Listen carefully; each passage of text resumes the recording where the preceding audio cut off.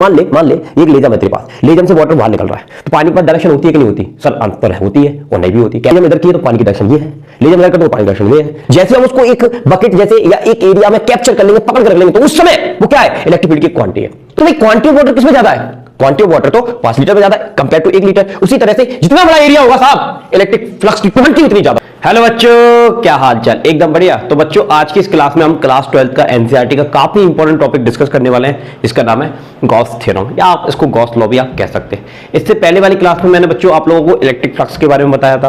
वो वाली क्लास अगर आपने नहीं देखी है तो उसको जाकर देखिए, क्योंकि गॉस लॉ और गॉस लॉ के बेसिस पर जो एप्लीकेशन है उनको एक्सप्लेन करने के लिए आपको इलेक्ट्रिक फ्लक्स का नॉलेज होना आवश्यक है। अगर आपको इलेक्ट्रिक फ्लक्स के बारे में जानकारी तो आपको गॉस लॉ बहुत अच्छे से समझ में आ जाएगा। स्किप करके बिल्कुल भी मत देखना, बहुत शानदार कॉन्सेप्ट है एग्जाम के पॉइंट ऑफ व्यू से, और बहुत सारे कॉम्पिटिटिव एग्जाम में इसका कॉन्सेप्ट बहुत ज्यादा यूज किया जाता है।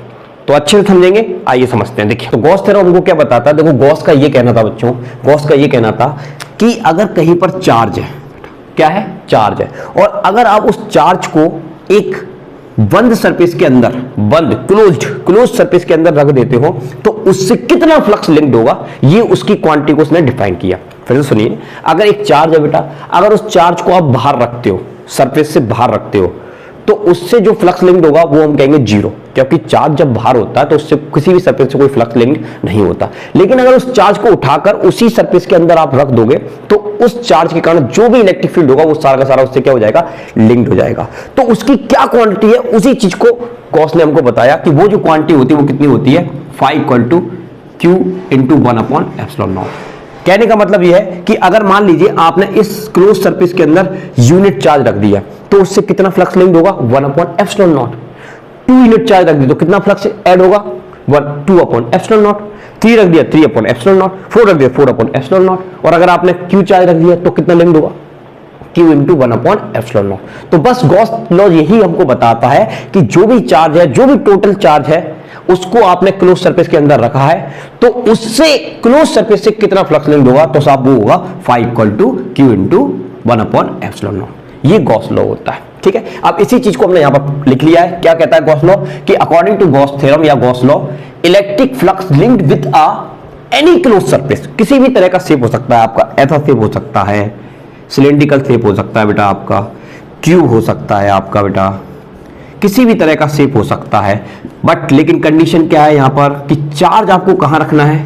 सरफेस के अंदर रखना है। चार्ज बेटा आपको कहां रखना है? सरफेस के अंदर रखना है। तो ध्यान सुनिएगा, गॉस लॉ को क्या बताता है कि अकॉर्डिंग टू गॉस थ्योरम और Gauss law, electric flux linked with any close surface is 1/ε0 times the charge inside the close surface. तो चार्ज बेटा कहां होना चाहिए? इनसाइड द क्लोज सरफेस होने चाहिए।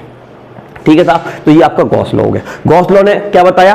क्वांटिटी के बारे में बताया कि चार्ज को जब आप क्लोज सरफेस के अंदर रखोगे तो उससे कितना फ्लक्स अटैच होगा, वो कितना होता है? Phi equal to Q into 1/ε0। Clear है बेटा? इसको पॉज करिए और नोट करिए। पॉज कर लिया, नोट कर लिया। आइए इसको रब करते हैं। अब हम इसको बेटा प्रूव करेंगे। तो प्रूव कैसे करेंगे? तो प्रूव करने के लिए हम लोगों ने क्या किया बेटा? एक चार्ज लिया। क्या लिया बेटा? एक चार्ज। ठीक है, वो एक पॉइंट है, एयर और वैक्यूम में कहीं पर एक पॉइंट कंसीडर किया जिस पर आपका Q चार्ज रखा हुआ है। अब देखिए, अब गॉस थ्योरम क्या कहता है कि भाई जहां कहीं पर भी चार्ज है उसके चारों तरफ एक गॉसियन सरफेस होनी चाहिए। क्या होनी चाहिए? Gaussian surface. अब बेटा गॉसियन सरफेस क्या होती है? गॉसियन सरफेस की एक स्पेशलिटी होती है बेटा। क्या स्पेशलिटी होती है? कि उसकी हर लोकेशन पर इलेक्ट्रिक फील्ड सेम होता है और थीटा की वैल्यू भी कैसी होती है? सेम होती है। तो बेटा अगर मैं पॉइंट चार्ज लेता हूं तो आपको पता होना चाहिए कि एक पॉइंट चार्ज से जो इलेक्ट्रिक फील्ड निकलता है वो कैसा निकलता है? रेडियली आउटवर्ड निकलता है। रेडियली आउटवर्ड निकलता है, ऐसे इलेक्ट्रिक फील्ड निकलता है साहब, ऐसे। अब मैं यहां पर अगर मैं एक स्फीयर कंसीडर करता हूं तो आप जरा ध्यान देखिएगा, ये इलेक्ट्रिक फील्ड की डायरेक्शन है और ये सरफेस की डायरेक्शन है। कितना एंगल आया? 90 डिग्री। ये इलेक्ट्रिक फील्ड डायरेक्शन है, ये सरफेस डायरेक्शन, कितना एंगल आया? 90 डिग्री। 90 डिग्री। एवरी पॉइंट आपका एंगल कितना आ रहा है? 90 डिग्री। यानी कि पॉइंट चार्ज के चारों तरफ अगर आप एक स्फीयर कंसीडर करते हो तो उस स्फीयर के हर एक लोकेशन पर इलेक्ट्रिक फील्ड कैसा होगा साहब? कितना एंगल बनाएगा सरफेस के साथ? 90 डिग्री का एंगल बनाएगा। तो ये हमको एक सिमेट्री मिल गई, ये हमको एक सिमेट्री मिल गई। दूसरी चीज देखिए, अगर आप मान लीजिए, एक और चीज मैं आपको बताता हूं कि इस लोकेशन से, यानी कि सेंटर से इस सरफेस के इस पॉइंट पर अगर मैं P नाम देता हूं तो इसका डिस्टेंस कितना है? R। तो ये डिस्टेंस भी r, ये भी r, ये भी r, ये भी r। तो आपको पता है कि इलेक्ट्रिक फील्ड तो डिस्टेंस के स्क्वायर के इनवर्सली प्रोपोर्शनल होता है, और अगर आपका डिस्टेंस कांस्टेंट हो गया तो हर लोकेशन में इलेक्ट्रिक फील्ड भी कैसा होगा, सेम होगा। तो आपको क्या बात समझ में आई कि जब भी एक पॉइंट चार्ज होता है उसके चारों तरफ अगर मैं स्फीयर कंसीडर करता हूं तो उससे r डिस्टेंस में इलेक्ट्रिक फील्ड सेम है, यानी कि इलेक्ट्रिक फील्ड का वेरिएशन नहीं है, एक जैसा इलेक्ट्रिक फील्ड मिला। दूसरा, वो इलेक्ट्रिक फील्ड सरफेस के साथ कितना एंगल बना रहा है, 90 डिग्री का एंगल बना रहा है। इतनी बात समझ में आई। तो इसलिए जब हम इसको प्रूव करने जाएंगे तो अगर हमने एक पॉइंट चार्ज लिया है तो इसके चारों तरफ हम कैसा सरफेस कंसीडर करेंगे, यस, स्फीयर कंसीडर करेंगे। क्या स्फीयर, क्या कंसीडर करेंगे, स्फीयर, क्योंकि पॉइंट चार्ज के कारण जो इलेक्ट्रिक फील्ड होता है वो रेडियली आउटवर्ड होता है, और जब वो आउटवर्ड होगा तो वो हर सरफेस के, देखो हर जगह कितना एंगल बनाएगा, 90 डिग्री का एंगल बनाएगा। कितना एंगल बनाएगा, देखो सरफेस के साथ 90 डिग्री का एंगल बनाएगा। क्लियर रहती बात। चलिए अगली बात करते हैं, अगली चीज यहां पर ये देखते हैं कि ये हमने क्या किया, ये मान लीजिए आपकी गाउसियन सरफेस है एस, इसका नाम है गाउसियन सरफेस एस। इसी सरफेस पर एक छोटा सा एरिया ले लिया ds, क्या ले लिया, ds। तो इसका एरिया वेक्टर तो सर परपेंडिकुलर होता है और इसकी डायरेक्शन आउटसाइड होती है, परपेंडिकुलर होता है और कैसी होती है, आउटसाइड होती है। तो आप ध्यान देखिएगा, यही आपके एरिया वेक्टर की डायरेक्शन है और इसी डायरेक्शन में इलेक्ट्रिक फील्ड है, तो दोनों के बीच एंगल कितना आ गया, 0 डिग्री। एंगल कितना आ गया बेटा, 0 डिग्री। इसी तरह से अगर आप यहां पर भी कंसीडर करोगे ds, सेम एरिया यहां पर कंसीडर करोगे तो इस समय भी थीटा 0 है, क्योंकि इलेक्ट्रिक फील्ड और एरिया वेक्टर की डायरेक्शन कैसी है, सेम है। कहीं और पर भी कंसीडर करोगे तो सेम आएगा। तो इससे आप क्या देख रहे हो कि जो आपका फॉर्मूला है इलेक्ट्रिक फ्लक्स का, क्या होता है, close integration e ds cos theta वाला। तो यहां पर थीटा की एक पर्टिकुलर वैल्यू मिल गई, 0 0 0, हर जगह 0 है तो 0 रख देंगे।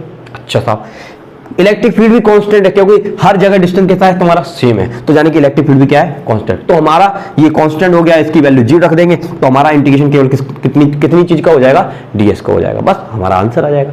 तो आप प्रोसेस समझ पाए करना क्या है। अब आइए समझते हैं, इसको कैलकुलेट करेंगे। आइए समझते हैं, इतनी बात आप समझ गए होंगे।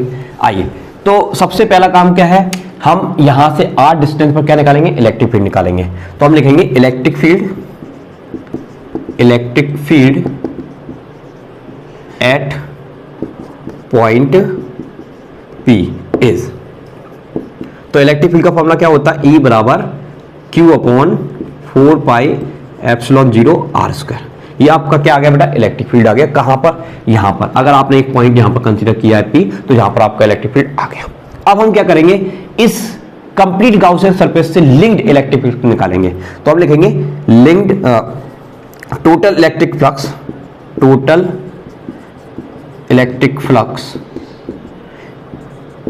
Linked with a closed Gaussian surface. ठीक है साहब। तो गाउसियन सरफेस से लिंक्ड इलेक्ट्रिक फ्लक्स का फॉर्मूला क्या होता है बेटा, आपका होता है phi equal to close integration E ds cos थीटा। इंटीग्रेशन क्या कर रहा है, ds सबका ds निकालना है ना, इसलिए इंटीग्रेशन कर रहा है बेटा। थीटा की वैल्यू बताइए कितनी है, 0 डिग्री। तो जहां पर आप 0 पुट करोगे तो कितना आएगा, E ds cos 0 डिग्री आ जाएगा। और cos 0 कितना होता है बेटा तुम्हारा, cos 0 होता है तुम्हारा 1, तो ये आ जाएगा। और E कांस्टेंट है, बाहर आ जाएगा, अंदर क्या बचेगा, ds बचेगा। ठीक है। ds क्या है बेटा, एक तुम्हारा छोटा सा एरिया है। अगर उसका आपने इंटीग्रेशन कर दिया तो उसका मतलब ये है कि सारे ds को आपने जोड़ दिया। तो सारे ds को जोड़ देंगे तो आपको क्या मिलेगा, s ही तो मिलेगा। तो आप यहां पर याद रखिएगा ds का इंटीग्रेशन s आएगा और s की वैल्यू होती है 4 पाई r स्क्वायर। s की वैल्यू कितनी होती है बेटा, 4 पाई r square. Area of sphere क्या होता है, 4 पाई r स्क्वायर होता है। तो ठीक है साहब, आ जाओ।